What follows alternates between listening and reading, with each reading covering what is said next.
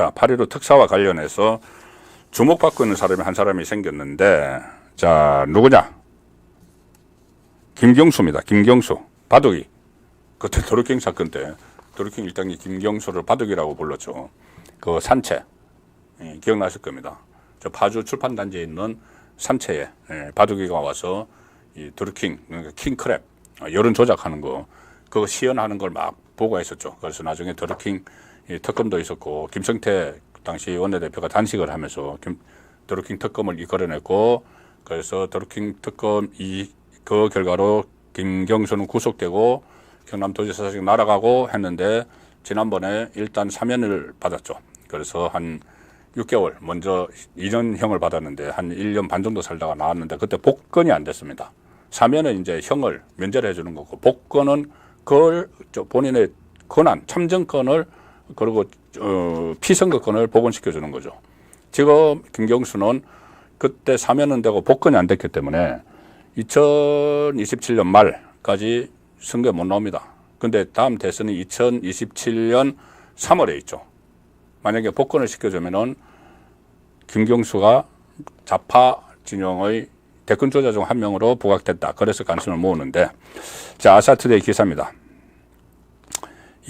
김경수 복권에 신중히 상황 주시할 것, 당 입장은 없다. 자, 국민의힘 이야기입니다. 자, 복권은 이제 된다고 합니다. 대통령 제가만 남았다고 하는데, 이 사면복권 심사위원회가 통과를 시켰습니다. 김경수. 일단 기사 내용입니다. 국민의힘은 9일 김경수 전 경남지사가 8.15 광복절 특사 복권 대상자 명단에 포함이 됐습니다. 정부에서 검토 중인 만큼 신중히 상황을 주시할 예정이다. 이렇게만 밝혔습니다. 언론 공지를 통해서 당의 입장은 정해진 바 없다. 그렇지만 국민의힘 당직자들은 복권에 일단 긍정적인 반응을 내놨다. 각규택 수석 대변인, 김경수 전 지사가 복권을 받아 정치활동을 할 수 있게 된다면 여야 간 협치의 시작이 될 것으로 생각한다. 자, 이런 건 원론적인 이야기죠. 그런데 이것도 또 한번 뜯어봐야 됩니다. 윤희석 선임 대변인도 복권된다면 윤석열 대통령이 잘한 일이라고 좋게 평가하고 싶다. 또 김경수 복권이 이재명의 일극체제 지형에 변동을 줄 수 있는 사안인 만큼 일단 상황을 지켜보겠다. 그리고 광복절 특사로 사면되면은, 사면이 아니죠. 복권되면은 비이재명계의 구심점이 돼서 자기 대선에 출마할 가능성이 생긴다. 그래서 민주당에서는 이런 이야기도 합니다. 정말 오늘 장경태 의원이죠. 참 정말 엉뚱한 이야기를 하던데, 왜 우리 지금 그 이재명 대표 전당대회에 나가서 출마하고 전국 순회 경선하는데 왜 이 시점에 김경수를 복권을 시키느냐, 누구 보아독구는 거냐, 이런 이야기인데, 8.15 특사죠. 8.15. 자, 오늘 8월 9일입니다. 그리고 자기들 그 민주당 전당대회는 8월 18일에 있죠. 그 광복절, 매년 광복절에 특사를 하는 건데, 그 8.15 맞아서 하는 건데, 그걸 자기들 전당대회를 8월 18일로 잡아가지고 8월 18일에 그 전당대회에 재뿌리는 거냐. 어처구니 없는 인식 수준이죠. 자, 근데 이게 지금 어떤 의미를 갖는가 하면은, 일단 이겁니다. 민주당 이재명계에서는 좀 긴장을 하고 있다. 왜? 대안이 생겼기 때문에. 비이재명계 대안이 생겼기 때문에. 김경수는 원래 이 노무현의 마지막 비서죠. 노무현의 마지막 비서고, 노무현 전 대통령이 극단적 선택을 했을 때 봉하마을에서 그 내용을 문재인에게 알렸던 사람입니다. 그래서 일종의 이 적통, 친노, 친문으로 이어지는 적통으로 간주가 되죠. 적통으로 간주가 되는데, 또 하나 미묘한 게 있습니다. 왜 이 민주당에서 김경수의 위상이 좀 있느냐 하면은, 얼핏 보면, 저도 이렇게 얼핏 보면은 김경수가 무슨 차기 대권 주자야. 제가 옛날에 그 노무현 비서하고 이럴 때부터 제가 뭐 취재를 했기 때문에 그 어떤 콘텐츠나 아니면은 지도력이나 이런 것을 어느 정도 여의도 정강이 다 알죠. 무슨 차기 대권 주자야. 이런 이야기를 하는데, 미묘한 게 하나 있습니다. 뭐냐 하면은, 제가 한번 말씀드린 적이 있는데 민주당의 대선 성공 방식, 정권 창출 방식은 이겁니다. 호남의 지지를 받는 영남 후보죠. 호남의 지지를 받는 영남 후보. 그런데 더 정확하게 이야기하면은 호남의 지지를 받는 PK 후보입니다. 부산 경남. 자, 노무현, 문재인 성공시켰죠. 호남의 지지를, 전폭적 지지를 받는 PK 후보였죠.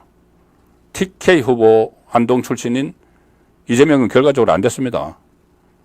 그 이재명은 이제 손절될 가능성이 높죠. 지금 민주당에서, 호남에서 상당히 저번에 전당대회 하는데, 순회 경선하는데 투표율 20%밖에 안 나왔다. 그런 말씀 들었었죠. 그래서 다시 찾는 게 PK 후보를 찾을 수가 있죠. 호남의 지지를 받는 PK 후보. 자, 김경수. 경남도지사 지냈죠. 진주에서 고등학교 나왔고. 그러면은 친노 친문의 적자라고 말씀드렸죠. 그러면은 노무현, 문재인, 김경수로 있는 이게 하나 개통이 들어설 수가 있습니다. 그래서 복권이 되면은 이 김경수가 등장을 해서 이재명 이재명 쪽과 이 대립 구도를 형성할 것이다. 그래서 민주당에서 지금 이야기하는 게 이 야권을 분열시키기 위해서 복권해 준 거냐 이렇게 이야기를 하죠. 그것도 참 어처구니 없는 주장이죠. 야권을 분열시키기 위해서 복권하려면은 그때 사면할 때 같이 복권해 주면 됩니다. 사면 복권 보통 같이 하죠. 그러면은 그때 총선에 출마할 수가 있겠죠. 그러면은 이 총선 출마를 하면서 그 야권이 분열이 될 수가 있겠죠. 김경수를 중심으로. 그때 친문들 막 학살하고 있을 때 김경수가 있었으면 김경수 중심으로 따로 세력을 하나 만들었을 겁니다. 그렇게 하는 것이 야권 분열이지. 지금 선거도 없는데 무슨 야권 분열.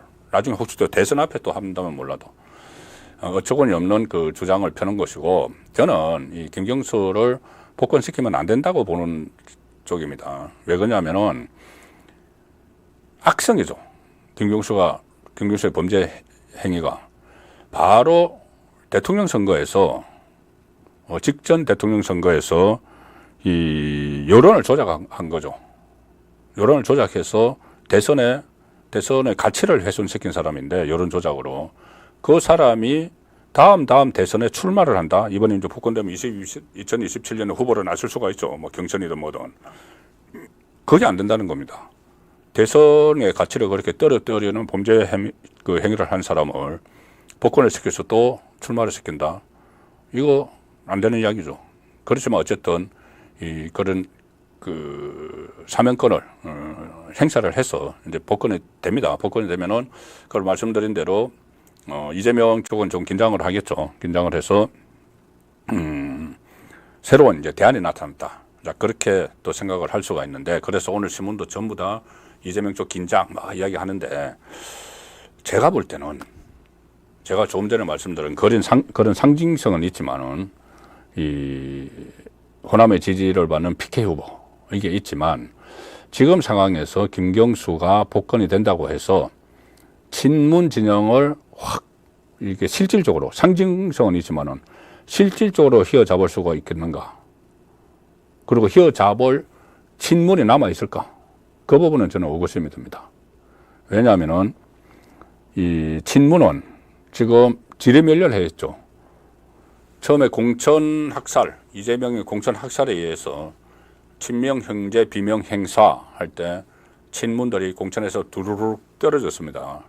그래서 이번에 그나마 받아서 당선된 사람이 정확히 몇 명이냐면은 민주당 170명 중에서 27명입니다. 친문. 문재인 정부 때 청와대에 있었거나 그 언저리에 있었던, 그 정권 언저리에 있었던 사람이 27명. 윤건영, 고민정, 진성준 이런 사람들이죠. 왜 27명이냐? 그때 이재명, 그러니까 문재인에 대한 전주지검의 수사가 강화가 됐을 때 이상직 이스타 항공 설립자와 제3자 뇌물죄로 그때 갑자기 27명이 나와서 기자회견을 했죠. 친문 쪽의 기자회견. 그 딱 명단이 27명입니다. 그 친문이 이제 민주당 전체 국회의원 170명 중에서 27명 남아 있습니다. 27명 남아 있는데 이 사람들도 하나로 끈끈이 뭉쳐 있느냐? 그렇지 않죠.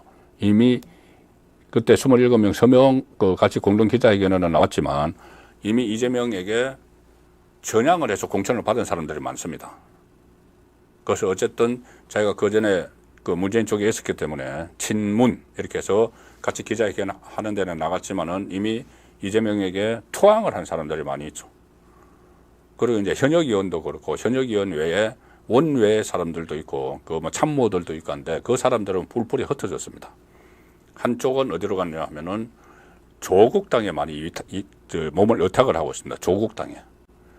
조국이 사실상 문재인의 후견인이죠. 문재인이 조국의 후견인이죠. 그때 당을 만들 때 이 평산마을에 2번이나 가서 문재인을 만나고 와서 당을 만들고 했지 않습니까? 그리고 비례대표 정당 만들고. 그래서 그 조국당에 12명의 국회의원들, 보좌관, 비서관 이쪽에 문재인 쪽 사람들이 많이 가 있습니다. 흩어져 있죠. 그리고 좀 체급이 있는 가령 전해철 뭐 이런 사람들은 김동연에게 다 가서 줄 서 있습니다. 경기도지사 김동연에게. 그러니 친문이 이재명에 의해서 뿔뿔이 흩어져 있는 상황이죠. 그리고 결속력도 엄청나게 약하죠. 그때 총선 공천 과정에서 이 친문을 중심으로 비명 행사를 했는데도 그때 임종석, 문재인 정부에서 청와대 비서실장을 지낸 임종석이 결국은 결행을 하지 못하고 주저앉았지 않습니까? 그게 힘이 다 빠져 있다는 이야기죠, 친문. 자, 근데 결과적으로 말씀드리면 그렇게 힘이 다 빠진 친문을 김경수가 다 추스를 수 있겠느냐? 추스러 지겠느냐? 그래서 저는 김경수의 등장, 희망은 걸겠지만은 친문 쪽에서 그 호남의 지지를 받는 PK 후보 이렇게는 되지만 그거는 과거 같으면은 그게 쭉 이어질 수 있는 상황인데 이미 이재명이 당을 장악을 해버렸습니다. 이 상황에서는 한계가 있다. 찻잔 속의 태풍이다. 저는 그렇게 분석을 합니다. 자, 다시 그거는 이제 김경수는 나중 이야기고 나중에 또 어떻게 또 그 이재명이 그런 경우는 있겠죠. 이재명이 구속돼 버리면 사람이 진짜 없잖아요. 김동연은 뭐 현직 지사니까 그렇고 뭐 정청래나 이런 사람들이 끌고 나가지 못합니다. 그때 되면 전부 다 자기가 잘났다 해가지고 막 그 안에서 엄청난 주도권 다툼이 일어나죠. 그 상황에서 김경수가 우선은 뭐 과거의 친문이었던 뭐 이런 사람들하고 해서 하나의 세력을 만들 수는 있겠죠. 이재명이 구속되면 아마 그것을 대비를 하고 있는지도 모릅니다. 친문 쪽에서 이재명 구속되기를. 그런데 잠시 후에 말씀드리겠지만 문재인도 만만치 않습니다. 사법위기.